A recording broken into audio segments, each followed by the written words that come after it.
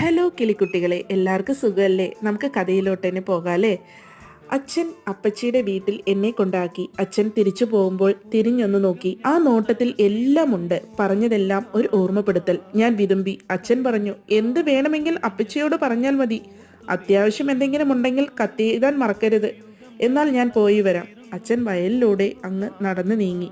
അപ്പച്ചി, കിങ്ങിണി മോളെ, കിങ്ങിണി അകത്തു വാ, സന്ധ്യയായി.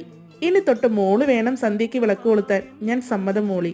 അപ്പച്ചി, എന്നാൽ നീ പോയി കുളിച്ച് ഈ മുഷിഞ്ഞ വസ്ത്രമൊക്കെ മാറി വാ, എന്നിട്ട് വിളക്ക് കൊളുത്താം. അങ്ങനെ ഞാൻ കുളിച്ചൊരുങ്ങി നല്ല സുന്ദരി കുട്ടിയായി ചന്ദനക്കുറിയെല്ലാം തൊട്ട് പട്ടുപാവാട അണിഞ്ഞ് മുടിയിൽ തുളസിക്കതിർ ചൂടി അപ്പച്ചിയുടെ അടുത്തെത്തി.